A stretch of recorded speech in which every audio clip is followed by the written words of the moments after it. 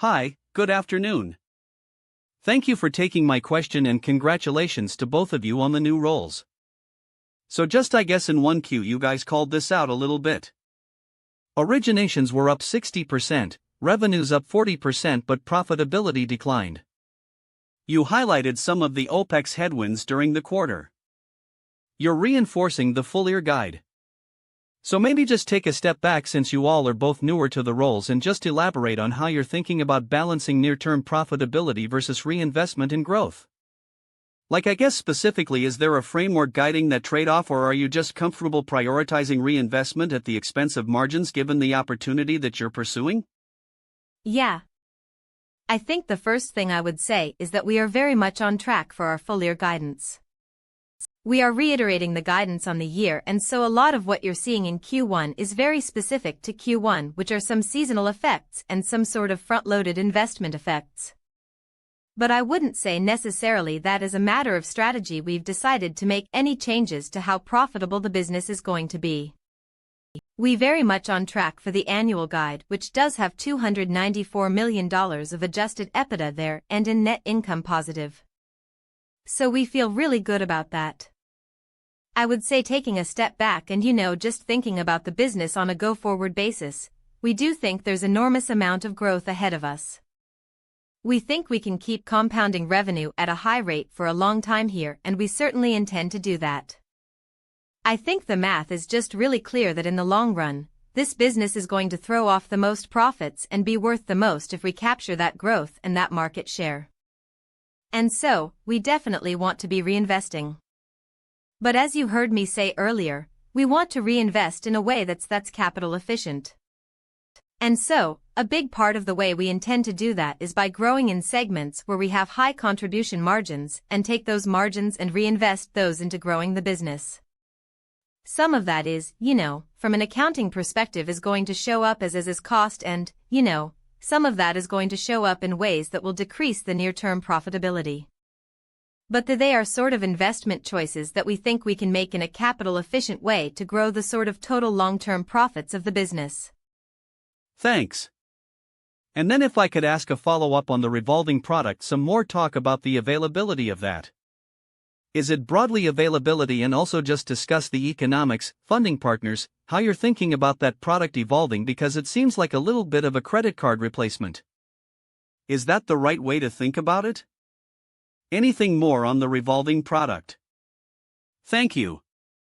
We don't have too much to share on that product yet other than yes, it's out broadly. It's called Cashline. We're really excited about it. It had probably the best first day we've ever had for a new product launch. I think there's an enormous opportunity, enormous need in the market. It is a revolving-like product. And as it grows and reaches scale, we'll naturally, just like with our other products, figure out the right third-party partners to work with on the capital side. For now, it's its early days. We're getting the product right and we're very optimistic about it. Great. Good afternoon. Thank you for taking the questions. I wanted to follow up on the prior questions on expenses. I guess, both in sales and marketing and in G&A were a little higher than we expected. I know you guys called out some of the seasonality. So I guess I just wanted to see geographically where did some of the seasonal expenses fall, and were there any costs related to the announcement that you guys are pursuing the bank application, and I guess how should we think about that expense load moving forward as you guys go through the process? Great. Thanks for the question, Kyle. So the expenses from a seasonality perspective are largely showing up in two places. So one is kind of on the payroll expense and with respect to our people. That's really related to the annual reset of our compensation and our benefit cycles.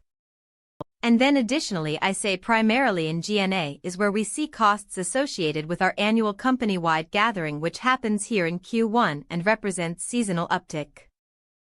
And I say so those are largely the seasonal elements that we see here in the P&L. As we mentioned on the call, as we look out over the remainder of the year, our expectation is both on the marketing and the more fixed OPEX side for the business that we'll see more moderated sequential quarter-on-quarter OPEX growth relative to what we saw here in Q1. Okay. I guess were there any material expenses from the bank application this quarter or nothing worth culling out? That's a great point. There's nothing material this quarter. We are contemplated the expenses associated with implementing and sort of launching the bank and that application throughout the remainder of the year in the guides. Okay. Thank you.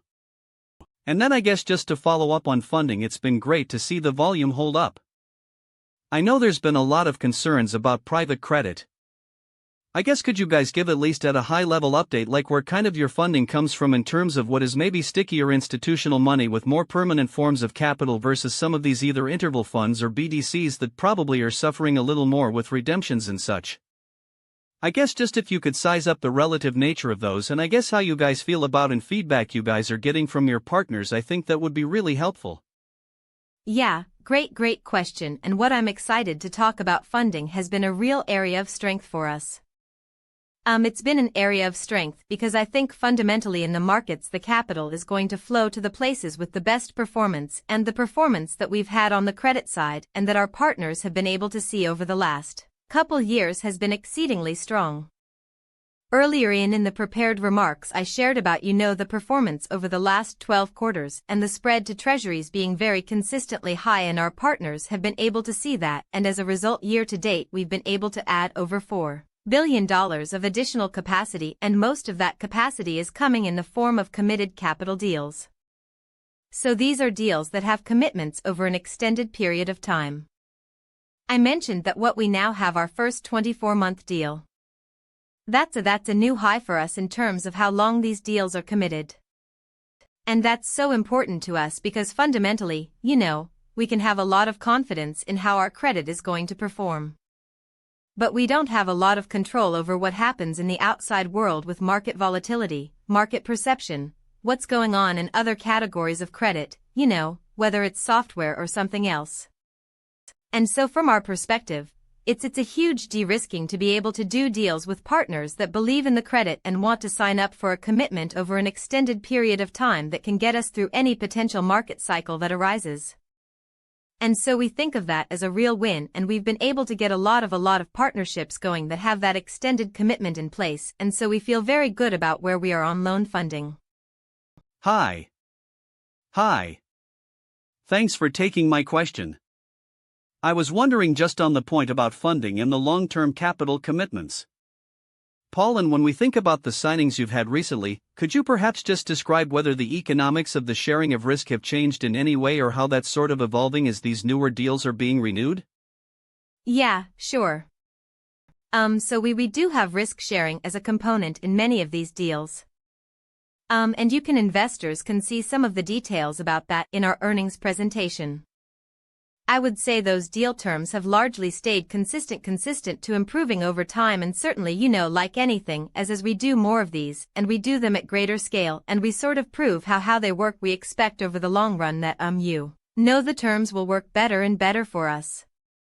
But certainly they've been consistent and improving, and so there is a risk sharing piece of these deals that is capital that we think is well spent.